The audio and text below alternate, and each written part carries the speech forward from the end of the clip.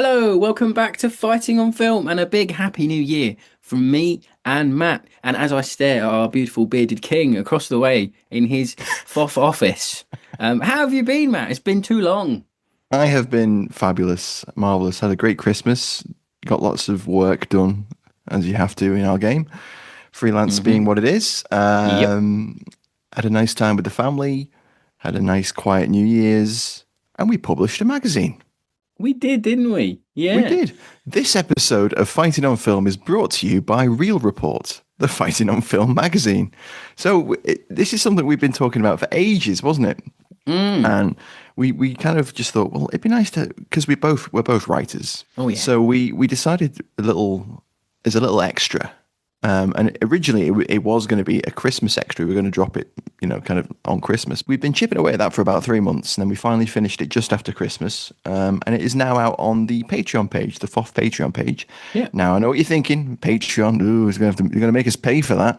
No, it's free, and it always will be. That's the plan with Real Report. It's just hosted over there for our free members of our Patreon page. Any member, any tier, anyone. Anyone free paid. Mm. It's just over there because it's the easiest place to host it. It's got behind the scenes stuff. We interview one another about how the show started and what we want to do in the future.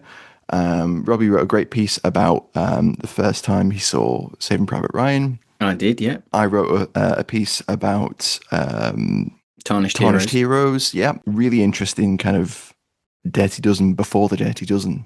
British Mm. movie, B movie. If you're interested, please do check that out. There's a Yeah. link to it on our website. You can find it on our Patreon page as well, as mentioned, which is patreon.com/fighting on film, I believe. Yeah, little New Year's gift for everyone. So we kick off the year, and you've probably read the title already, with 2025's Dare Tiger, or if you're British or American or you speak English, the Tank, which isn't as I, interesting. I, I was surprised that it's pronounced Der Tigre.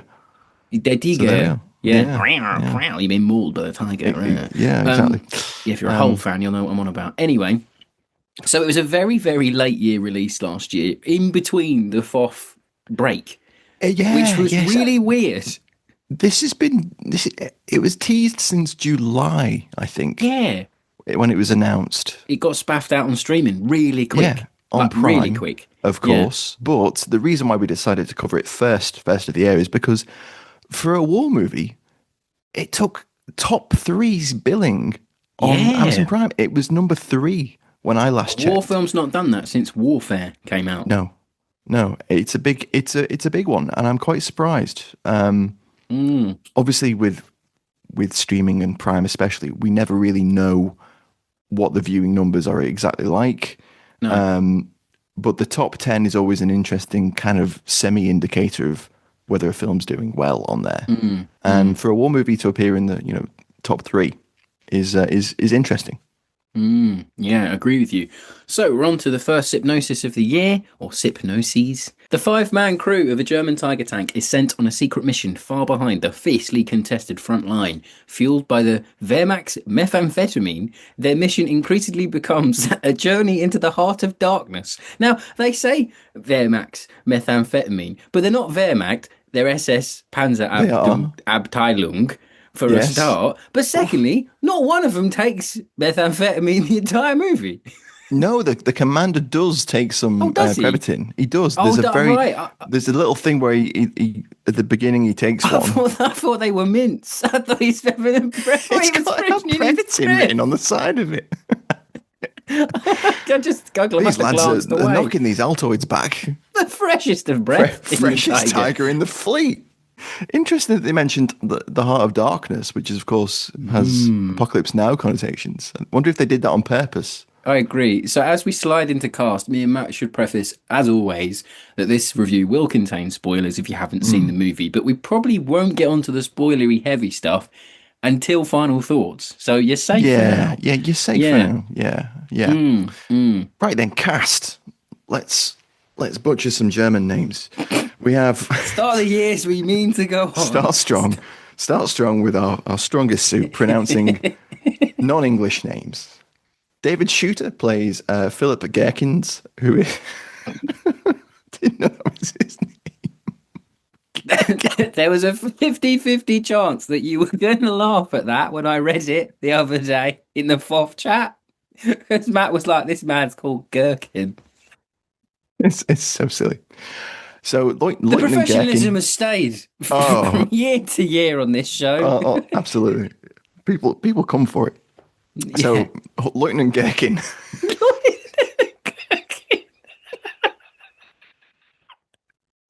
If you're American, he's Lieutenant Pickle. Stop. It's not even funny. It is, though. Okay. He's played by Oh. David Shooter, Hmm. a successful German actor appearing in lots of film and TV, crime dramas. That's a thing that is going to come up in every single member of the cast. Thrillers, dramas. He appeared in 8 Days, which was a German apocalyptic mini-series, which there's a asteroid coming. Think Deep Impact, but German. Das Impact. There's a big asteroid coming, and everyone freaks out for 8 days, and then I assume it hits. I haven't seen As it. you I actually would. kind of do Yeah. want to go and check it out. It sounds Yeah. quite good. He also appeared as a supporting actor in Charlie's Angels, the 2019 one with Kirsten Stewart. Well, the reboot. Wow. The reboot that no one liked, yeah. Then Netflix show Barbarians, which was about the Germanic Roman conflict. And then that ran for 2 seasons up to 2022. And this is his first proper war movie. Then we have Lawrence Rupp, who plays Christian Weller, who's essentially the 2IC of the tank. He's an Austrian actor. He's done all sorts. He's done horror, sitcom, crime, comedies. He did a football comedy in 2010 called FC Rückpass, which is FC Backpass, which you would love, I'm sure. I have to check that out. Yeah, yeah. And then in 2016, Bundesliga action. Whoa. yeah. Yeah. Apparently, the premise of it is he becomes manager, or he's like the captain of a struggling low league team. Which Oh, is I'm into that. I'm all over that. That's Maguire all over. That's just. And then he was in Satcher in 2016, and he was also opposite Shooter in Barbarians as well. So he appeared in that. And again, this is his first proper war movie. Leonard Kunz plays Helmut, the driver. A German actor again with lots of TV and lots of TV movie roles, including appearance in the popular Babylon Berlin series from a few years ago, as well as the reboot of Das Boot, the series. That'll come up again later. Yeah, for real. I was quite surprised by how few of the actors actually appeared in Das Boot, him being the main one. He appeared in, I think, a couple of episodes in the 2018 series. Then we have Sebastian Urzendowski, who plays Kalig, or I think he's the radio operator, or gunner, one or the other. He's the young one the young man with spectacles, kind of like the bookworm. Oh yeah, the one who member of cops the it. crew Yeah, who cops it. Yeah, when the SU-100. Oh shit! Spoilers. Not really. It's a pivotal no. plot point, but yeah. He appeared in The Counterfeiters in 2007. He appeared in The Day Will Come in 2009, The Way Back in 2010, and The Defector in 2020. And he as well has done lots of crime dramas. It seems that even more so in the UK, German TV is absolutely rammed full. They love a police procedural crime dramas. Yeah. There's one that's run for 1,400 episodes. My word. Taught, I think it is, that it's called, and basically it's like every episode is its own standalone, but sometimes there's little links backwards and forwards, and it's run so long that they'll have characters come back, and they'll have characters playing the kids of characters that were in previous things. So it's just That's wild. It makes Midsummer's Murders look tame. Yeah. Put it that way. The tangent count is high already. We're getting there. Then we've got Joran Leica, who plays Michel. And he was a child actor, and he plays the youngest member of the crew, who's always regaling the crew with things his, I think, Hungarian girlfriend has said about the area. Like there's a elf in the lake that'll pull you under and all this stuff. and the woods are haunted and stuff like that. He's been a child actor since about 2018, and this is his kind of like graduating to adult roles Okay. kind of moment. We They have call that Tillman Strauss. sophomore in America, Yes, don't they? sophomore Yeah. indeed. Yeah, yeah. I never understood that until I looked it up, and I was like, oh, okay, right. Yeah. Tillman Strauss plays Colonel Paul van Hardenberg, who is the one-handed colonel that they go and find. Oh, yeah. Blink and you'll miss it role. Yeah. Yeah, at the end there, pivotal in that he does the big reveal, but more on that later. Yeah. Again, German actor with he's perhaps the German crime TV modern stalwart. Master. He Yeah. he has been in out of all the cast that have been in a metric ton of Yeah. German crime dramas, he has been in the most. Quite impressive stuff. Andre Hinkik plays Obersturmbannführer Krebs, which is a great German officer name or NCO name. He has been active since the 80s, and he's quite a successful German TV and film character actor. He appeared in Downfall in 2004 as SS General Wilhelm Monke.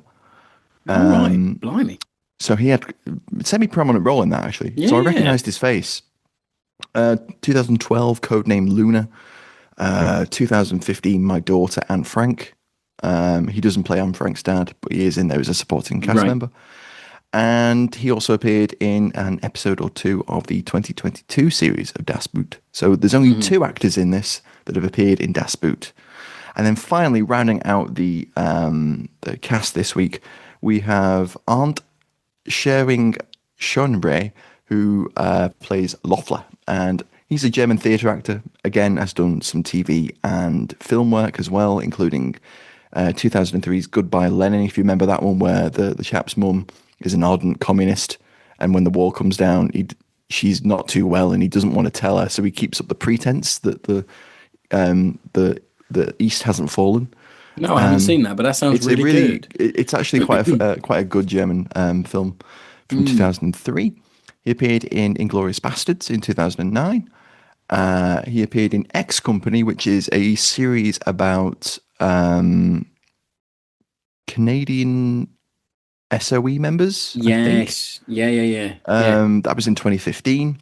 He also appeared in the BBC's SSGB, which wasn't great. In 2017, I was disappointed by that. It was a disappointment. But the Len Dayton book is so good. Oh, The yeah. adaptation was just a bit. It was the last big thing Sam Riley did. Well, me and Matt talk about him a lot. He's the lost British star. He should have been big. Yeah, He's great in control. I know. Yeah. 2018, The War of Dreams. 2020, Resistance with Jesse Eisenberg. Oh, yeah. Yeah. If you remember that one, that's one we haven't done on the show. We should do. Yeah, that rounds out cast for this week. Yeah, it's a lot like Fury, this one, where the crew are your main players, aren't they? You know, yeah, definitely a lean one. So into production. So this one was written and directed by German filmmaker Dennis Gansel. He's mainly worked on German TV and film. He did the 2008 film The Wave, which is like a sort of like a social experiment about fascism. I've watched a little bit of it before. I think it might have even got remade in America or the UK. I can't remember on that one. Before the Fall, and 11 episodes of the Das Boot reboot, and one sort of foray into Western sort of American cinema with Jason Statham's action film Mechanic Resurrection. Okay. Yeah, That's I quite think recent, that isn't it? Might be the sequel to the Mechanic on that one. I'm not sure. I think it is, yeah, because he was resurrected. Yeah. I never saw it because I'm I watching haven't seen Jason the Statham Jason films. Statham No offense film to in him. over a decade. I couldn't No, tell you what he's me up neither. to. Great guy. You I'm crack sure he's a on, great Jason. guy, but do what you're doing, Jay. Do a war film and we'll talk about it. Yeah, I'm surprised he's not at this point. Honestly, if he I'm really honest. should have. Yeah, He would have been great. Anyway, co-written by Colin Tevan. He's an Irish screenwriter. He did Channel 4's The Undeclared War that Matt mentioned on a show and tell a few years ago. Oh yeah. Yeah. Wow. And Rebellion and Resistance, which are both sort of early Troubles TV dramas. Yes. And 16 episodes of the Das Boot reboot. So they kind of work together. Cinematography Sounds like it. was Yeah, cinematography by Carlo Jelovich and score by Heiko Mali, who worked with Gansel on The Wave in 2008. Produced by both Hmm. Amazon MGM and I want to say Pantaloon Films, but I know that's wrong. It's Pantaleon Films, who have their hands in a lot of Pantaleon, yeah. movies. Pantaleon, yep. They also helped make Resistance with Jesse Eisenberg a couple of years ago.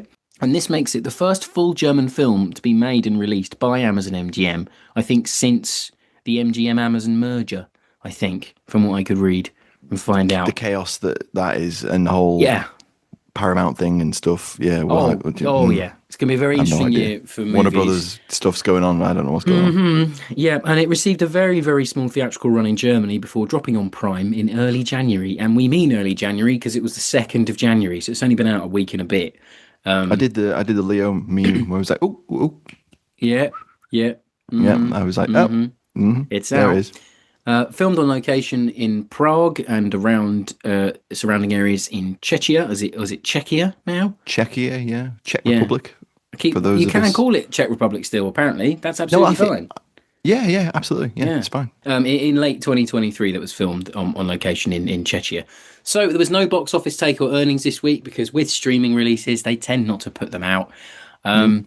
So yeah, This so to me no, looks like a €3 to €5 million kind I of think you could film. comfortably say that for sure. Yeah, it does feel that way. It's got some money behind it, definitely. Mm, So there was no retro review this week because it literally came out a few days ago. Reception has been mixed, to say the mm, least, and mm. it currently holds a 6.5 on IMDb. And I always tend to think if something's above a 5, it is worth a watch on IMDb, regardless of what it Yeah, is. But what did you guys think? It's the return of the one-word review, and we had about this is what matters. yeah, exactly. This is the real quiz right here. So we had about 35 responses, and I won't be able to get through them all. But Tony Cowards kicks us off with nonsense.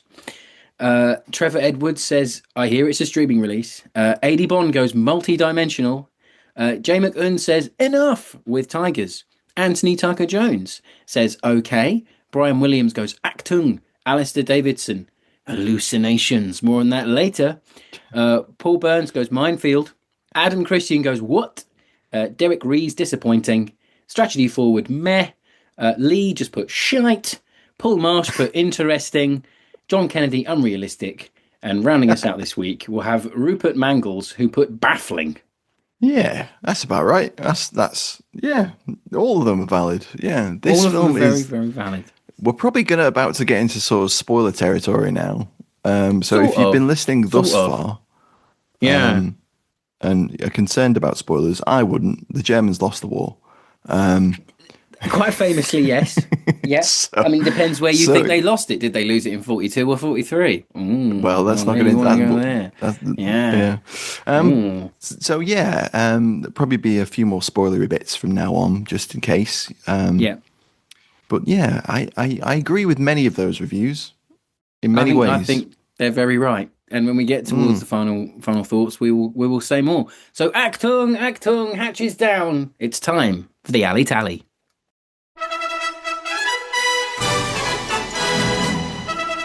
It's time for Alley Tally on Fighting on Film.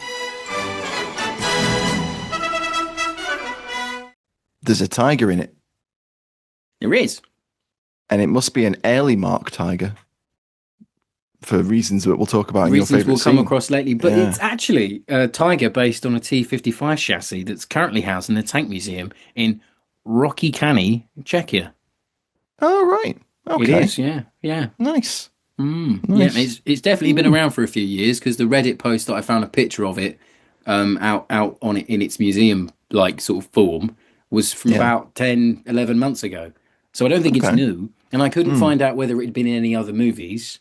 But Might it's be very might be much. like a recent build, like last 18 months, 2 years kind of thing, or who knows? I don't know. Well, apparently you can tell because it's got more wheels than Yeah, that's normally the a, good tell for it. Yeah. a Tiger should have, which probably makes it much better than any Tiger that was ever made.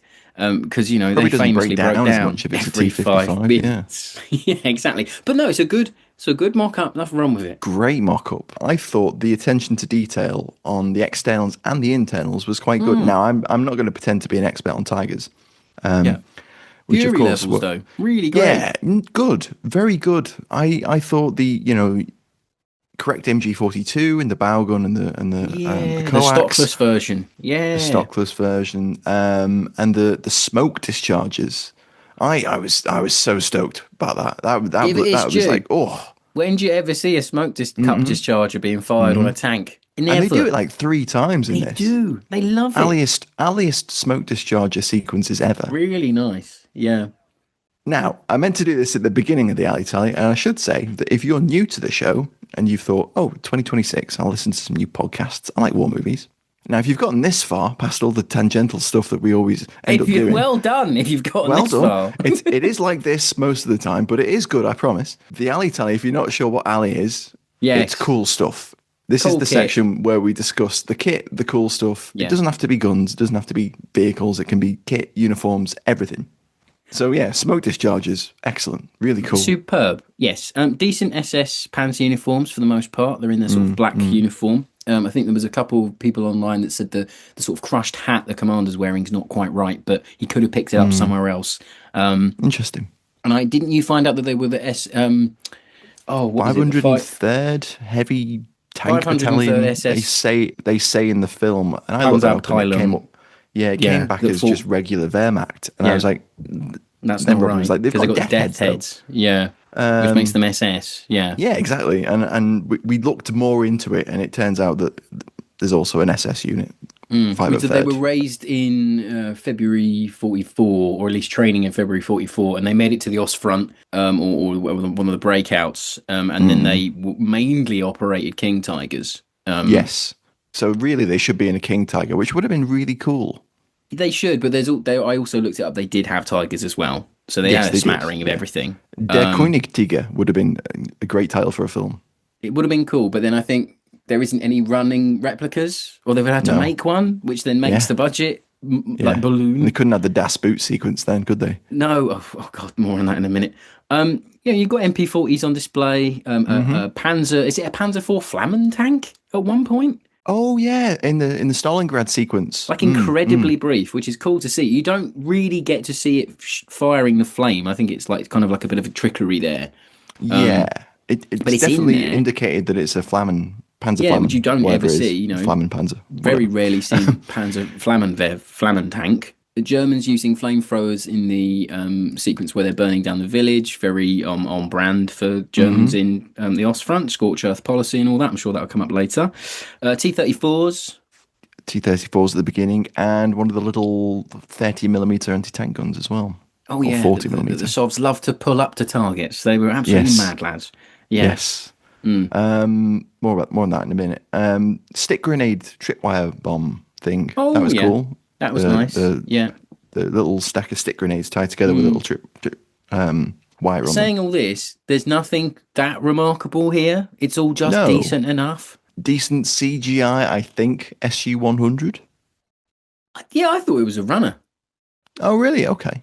I thought it was a runner. just a very good CGI model. It might well be a runner. It fooled me if it's not a runner. It fooled me. Fair play if it is, Yeah. even better. I'm here for it. Lieutenant Gherkin had a PPK, Walther PPK pistol at did? the end. Yeah. It was nice. No, yeah, and the only thing there that kind of, this is more final thoughts territory, but it did annoy me when the Tiger took a glancing round from the SU-100, which is a 100mm shell, by the Yeah. way, and it just sort of rattled the turret a bit. And there's me thinking that turret ring is now in bits. Like there is no way that Tiger tank is running. Like I did think it was rather funny when after that engagement they go repair the Tiger with pieces from the SU-100, and I'm Ow. like, nah. How you doing that? You got welding equipment with you? You got like a big blowtorch, oxyacetylene torch to knock bits off of it? Whatever. There's reasons to why this Tiger can body rounds from the one of the heaviest SPGs ever made in terms of armament. There's reasons later. But I think we're coming to the end of Ali Tally. I don't think there's anything else of note really. And I think we should get into favourite scenes. Hello, I'm Al Murray, and you're listening to Fighting on Film, the world's #1 war film podcast. My favorite scene was the opening, and I really liked the little Ah, set piece. I thought it gained a good bit of tension, established the crew nicely.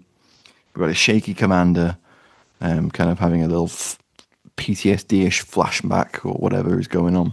Don't really know at that point in the film. mm-hmm. I'm assuming they're in Hungary somewhere because that's where the 503rd were, from what I They're on looked the up. And retreat at this they're on point. retreat, Yeah. but they're not in Germany.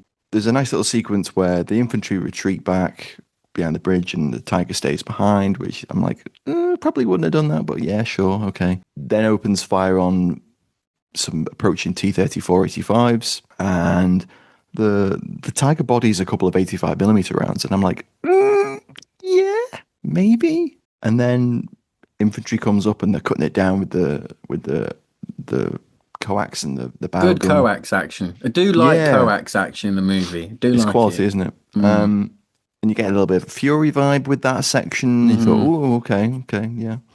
Yeah. Little Soviet anti-tank gun gets pulled up right in front of the tank. Classic.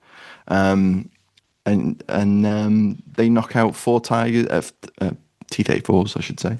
And then the Tiger, at the behest of the second in command of the tank, Lieutenant Gherkin finally goes, retreat the tank. And they, because it's counting down, like, we're going to blow the bridge at 12 at midnight. And it takes 6 minutes to get over the bridge. And I'm like, okay, you've timed it. Very German. Yeah. Efficient. Very. So yeah, you get a bit of Fury, you get a bit of Demo Guard if you're a British Army on the Rhine training video enjoyer. That's a deep cut. Yeah. That's a deep one. You can find it on YouTube. Mm-hmm.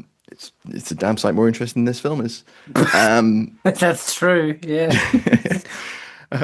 So yeah, that sequence is really good. It sets it up nicely, and then you get the tension of it trying to retreat across the bridge. What I didn't understand was why they decided to turn around and why they didn't. I could understand the turning around because they can go faster going forwards than they can backwards.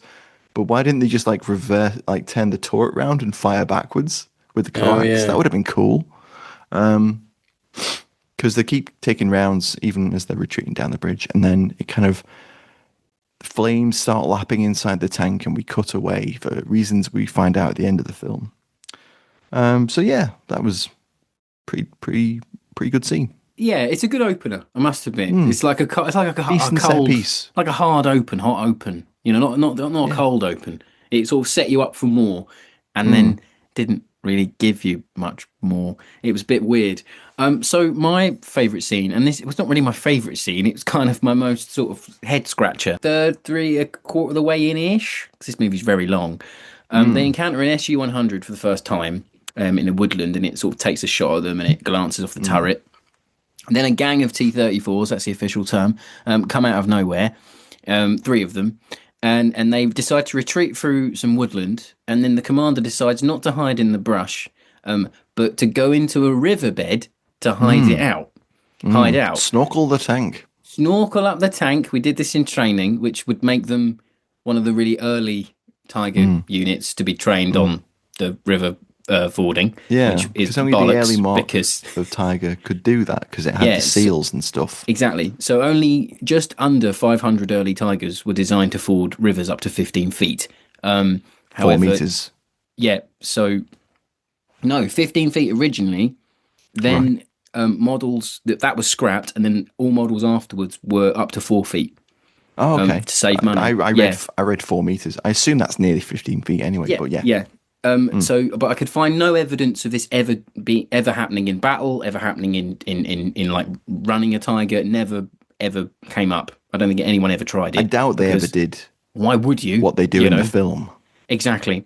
So that they put the little covers on the hull. They lock down. They put the little barrel and stuff. Laughably kind of loose barrel shroud over the 88. Put the big old snorkel on, big bit of pipe, and they just drive through the river.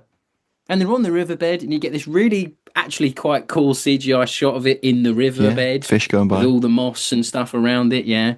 Matt swam by. And then they're in it, and they shut the engine off and have a big chat, and you see a cool little aerial sequence of the snorkel, which isn't any Soviet troop or tank command's going to go, fuck's that in the river. What's Yeah, that? someone does go. Someone does go. They're going to see the exhaust, and they Yeah, go, exactly. and Lieutenant Gherkin goes, "Turn off the engine," and Yeah. everyone's like, "You what, mate? But excuse You me. want me? You Turn want me to do what now?" turn on the engine. Yeah. So they kill the engine, have a little heart to heart in the tank, Have a little chin and wag. everything's fine.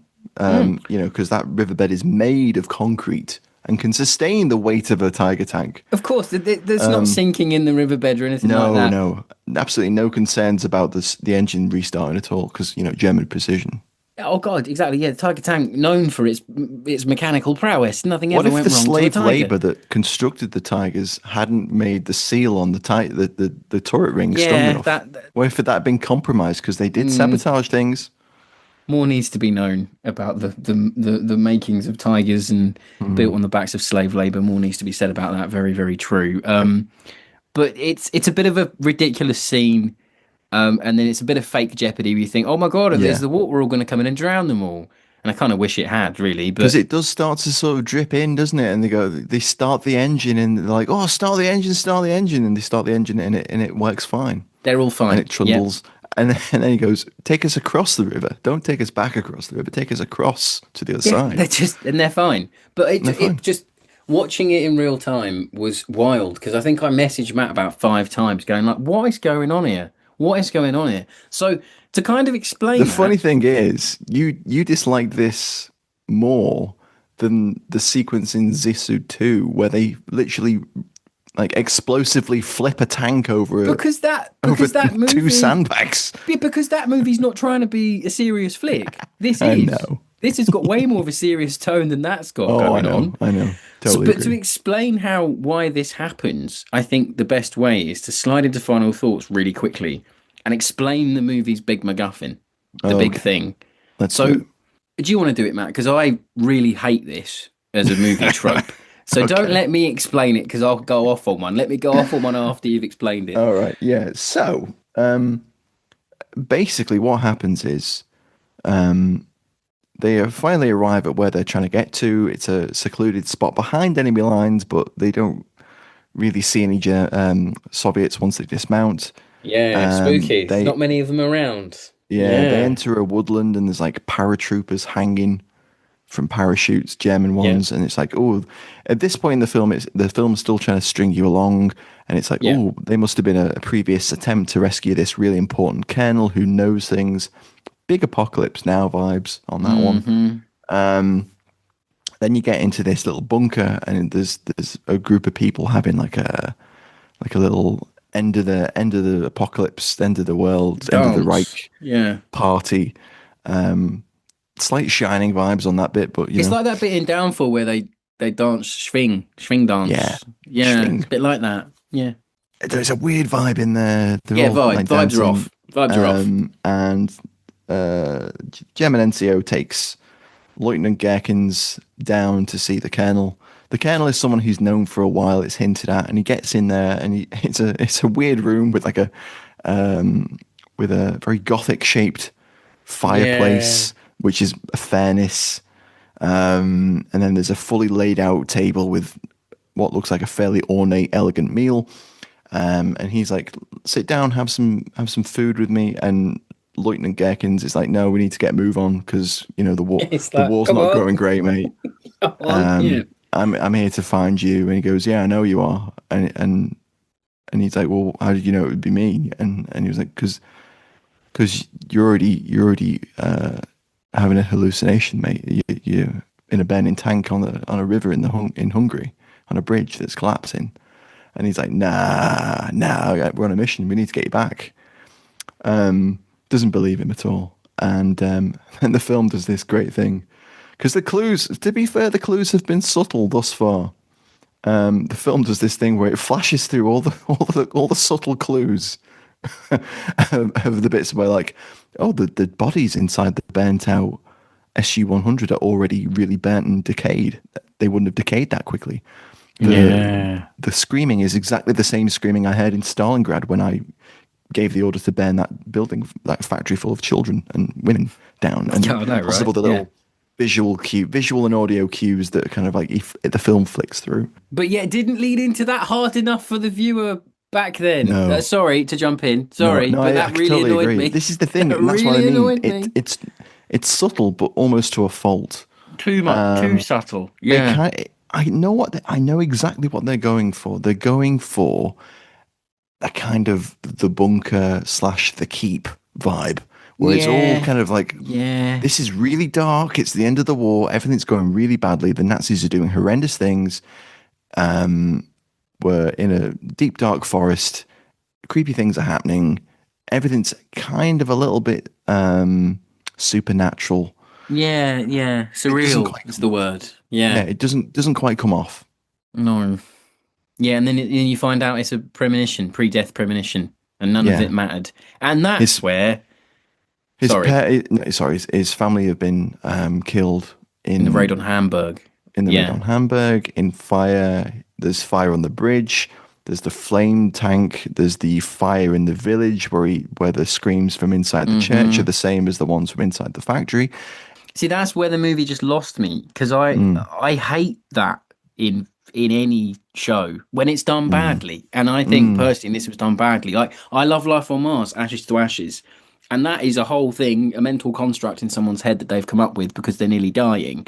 But the way that's done, it's This is believable. less Ashes to Ashes, more who shot Lieutenant Gherkin's Yeah, true. Yeah, Dallas kind it of is. thing. That's You what know, someone said on the Fighting on Film to us, and it makes complete sense. And it just lacked, like they didn't, as Matt mentioned and we mentioned, they didn't go hard enough into the Ostfront Epoch Now vibes where everything's falling apart, and I wanted the world to start breaking more as they got closer to the bunker. Like I wanted things to yeah, start going weird. I wanted maybe they see something and then they don't see it, or what they see isn't real, or then it's revealed to the it's revealed to the viewer that what they did wasn't actually what happened. I wanted things like that a little bit more, because then I could have got yeah. behind the, oh, what's going on here? It would have been a bit more intriguing, but they don't go that hard in, and that just makes me not care about everything that happened up to that point, because it didn't happen. Like it Yeah. kind of annoys me just Because what happens then is he a viewer. realizes that what the colonel is saying is true, and he cuts back to him in the tank as it plunges into the Yeah, river. and then it starts, and then it ends. That's Yeah, it. That's the and that's conclusion of the literally it. film. But in terms of a movie overall, I also have a lot of issues as well. I felt it was way too long. Like it is just that it goes almost as slow as that tiger does, if I'm honest, at times. Like it absolutely Quite like trundles the along. minefield sequence. That was Mine okay. sequence was really good. Like that, With the tense booby trap was mine, that was fine. good. Yeah, I felt the characters were quite one dimensional. Not a lot to them. I Agreed. watched the English dub, and I don't think it I was that bad. No, I would agree. So what I did was I was ill when I watched this. It's one of the films I watched when I was in that cold and flu malaise. Duper, yeah, Yeah, and I watched the first half in German with the subtitles, yeah. and I was like, because that's what we always say. We always say watch with the subtitles, in the, in the original language, when we cover foreign films. And then I was like, I'm too tired and too ill to continue this mental task of having to read everything. So what I did was I switched it over to I'm too tired. English. I'm too old. I gotta watch the dub of the tiger. Oh yeah, yeah. So thank you, Al. No problem. So what I did was I left the subtitles up, but I put the dub on, and I could see kind of like how close the dub was, and it was fairly close. Yeah, I think the dub was good. It was a The good nuance dub. was almost there. And yeah, so I was just like, yeah. And it just didn't hit for me. I found it really hard to get behind them because they were an SS Panzer crew. I couldn't quite get that out of my head because I was talking to Matt all the way through about how I know it's trying to be well-meaning with them being shocked at the scorched earth policy, but you've probably been fighting through the Ostfront for a few They've months probably now. done a fair share of their own Yeah, nightmarish and stuff. none of this would phase you, and that kind of annoyed me a little bit. And I know what they were trying to get at, but it just fell flat. I think some of the writing was odd in that regard. I think that's an interesting point because I did see a lot of comments on the fact that it seems to be an effort towards a rumination on orders are orders. Yeah, and they say That as a that. The guy goes, concept. well, I was just following orders. He actually says it. And I'm like, but And that's been also- smashed for years, that myth. Yeah, and also it being, it's touted as an anti-war film, which it is. It's not a pro-war film by any No, stretch of the means. But at the same time, I would have also been like, oh, we can just have a Wehrmacht tank crew. I don't need SS we tank crew. could. They could have been in a Marder. They could have been in an SBG. They could have been in a half track. It wouldn't have mattered. It doesn't matter. It doesn't matter because, again, there is a line in the film that goes, why are they sending a Tiger tank to do a mission like this? And Yeah. that is one of the clues that It the is, and film it all subtly makes. One goes thing back is, to. it all makes sense once you get that reveal. Yeah, But I wish totally. they'd done more with it. There was way more you Yeah. could have done with this. In terms of just a war film in general, I think it lacked a set piece. I think it was really lacking a battle. You know, you had an opportunity for perhaps a partisan band or a Red Army counterattack to come in when they were attacking the village, just to give us something. You know, like Yeah. there was room for it. I think. And yeah, it just fell flat for me. Like I think the marketing holds this one up as like a German Fury, which I was quite interested to see. But then that whole dream sequence esque thing just pulled me right out of it, and it just made me I feel think that's I apathetic think for the that's the rest of the film. common complaint of a lot of people. It's a I shame because I think yeah, technically got some great things going for it. That those I tiger agree. I sets, agree. everything else, fine, but it just didn't hit me this week. Yeah, no, I know what you mean. Yeah, 'cause it kind of they're taking things from Fury, 1917, Apocalypse Now, and then when it kind of gets more supernatural, The Bunker and The Keep, it brings a lot of those kind of influences, but it doesn't bring a lot of the weight of those films. I don't feel No, how I felt in Apocalypse Now when they start going up the river, when they're really up the river and things start yeah, getting weird. I didn't get those vibes that you get when you watch The Bunker and they're like trying to get out underneath a bleed crypt, and I yeah, didn't get the yeah, vibes of The Keep when the ghosts start coming yeah. out of the mists And and you they're don't firing have machine guns at them and stuff. You don't get any of that. No, and you don't have a deep enough characterization from things like Stalingrad or Downfall or Die Brücke, No. where you can kind of get into these people's psyche and kind of start to explore why people do what they do under a regime like the Third Reich and everything else. And there's just not enough there from that point to make the point it wants to make as well. Yeah, So that yeah. kind of where it fell flat. So I think it's number 3 on Prime. People must be enjoying it and watching it Fair because play it's to it. everywhere. If people want to start 2026 with a war movie, great. There are Go, better ones yeah. they could have done it with. If you want one on Prime, I would recommend Warfare. That's a much more Yep. engaging and challenging movie, war movie. If you want to watch a war movie at this time of year, but yeah, Interesting interesting. way to start the year, I think. We'll see where we go from here.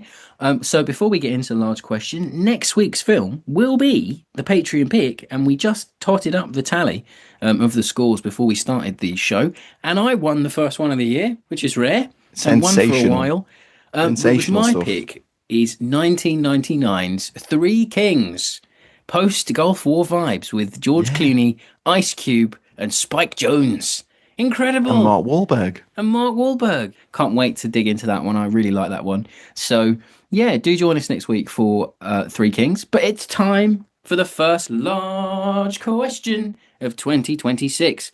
And it was Matt's large question. And he asked, the most outlandish scene you've seen in a war film? So we had Jay McUn says, it's very on brand for this episode, great chunks of Apocalypse Now. Paul Burns says it's got to be the doorbell in the Battle of Britain. Oh, yeah. Ah, yeah, we know who that is now, but we can't tell you. Ian Turner says Michael Caine's manic laughter towards the end of Zulu. Just bizarre. Yeah, I guess. Agreed, yeah. Luke Senior goes, does one-eyed Peter Falk playing a sharpshooting Lothario in Anzio count? Bye bye Blackbird. Yeah, Yes, he's great it in does. that. He's great in that. Pete the Paint goes, just about any scene from How I Won the War, 1967. That is a mad one. It is. Then we've got Maynard Ferguson, who says maybe the Telly Savalas scene in Battle of the Bulge, where the bottles fly off his tank, clearly being pulled off with a rope. That whole scene is so campy and hilarious. Ian Mays goes with, what's the dude? Jesse Ventura in Predator, where he goes, I'm a goddamn sexual Tyrannosaurus. when he's trying to give him the chewing tobacco. That's a great scene. Chris Castley goes, anything from Pearl Harbor? Yeah. Kaiser goes, all of them from the Eagle has landed. Oh, it's a bit harsh on Eagle has landed there. My word. Woohoo! And George Marston brings us down to earth and says, where eagles dare should be immune to this scrutiny. Agreed. There's nothing outlandish about that film. There is nothing outlandish about Where Eagles Dare. It's inlandish. It's so non-outlandish. Matt, your outlandish choice for a war film scene? Oh, I'm gonna go with the reveal of the Chetniks in Force 10 from Navarro. Start the year off with a bashing again. Oh God, I love that bit though because it's so stupid. I love it. Like, what the fuck? Oh, it's the hat. Whoa, love it. I love it. It's great. They're bad ones. They're baddies. Love it. So I've got Toe. The man going back to Anzio, the minefield sequence where they throw the paper mache. Oh, of course, of course. Debris on the mines. Yeah. That's brilliant. Yeah. And then I think everyone could agree, but there's obviously a reason it's in there. We know that. We say it on the show all the time that it's probably quite bores people to death. But the James Caan sequence from A Bridge Too Far, it's just so bloody boring. But yet, when you know that it was filmed to get that film over the line, it makes sense. It's just totally all modern reissues of A Bridge Too Far. Just cut that straight out. And I reckon nobody would notice. I reckon no one would notice. I've been hearing reports of some of the streamers doing some quite outlandish things, like cutting out massive sequences from from like some classic films. I've heard about that as well. Like White. Which one was it? White Christmas. No, it's Wonderful No, it wasn't Life. White Christmas. Wonderful Life. Yeah. Yeah. And I was like, why can't we have that for? People Bridge Too Far, because people won't notice, but they probably wouldn't notice in Bridge Too Far. No, I disagree with recutting films like that. Anyway, oh no, don't recut. The only people that should be recutting the film is the director, and then it should be stood alone from whatever was released initially. Exactly. No, I'm fully with you there. So that was the first Fighting Your Film back of 2026. Don't forget to follow us on all of the socials that you can. Follow us on X. Looks like it's still going to be kept up in the UK. That was a rough couple of days when we thought it was going to be deleted. Do follow us on the various other socials that we have. Facebook, Instagram, Facebook. Facebook. Do get involved. YouTube. We have a YouTube now. We are on YouTube again. All the episodes are being uploaded weekly. Yeah. Probably not, but if you're under the age of 30, then you can join our TikTok as well that I haven't uploaded to in about 3 years because I'm not 12.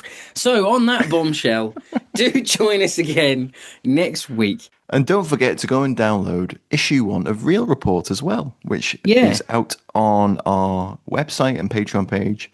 Next week is the Patreon pick. That's already been voted on. But if you join Patreon, you of course get access to things like the War Movie Adjacent podcast that we do, and also you will be able to vote on future Patreon picks, which of course are always great fun. Cap in hand moment, put our caps back on and say thanks for listening to this week's Fighting on Film. Do join us next week for another War Movie review, and I'm going to do this in one. You've been the listeners, we've been Fighting on Film. Catch you next week, folks. Bye-bye. Starting 2026 off strong. Excelsior. Bye-bye, everyone. Bye, guys.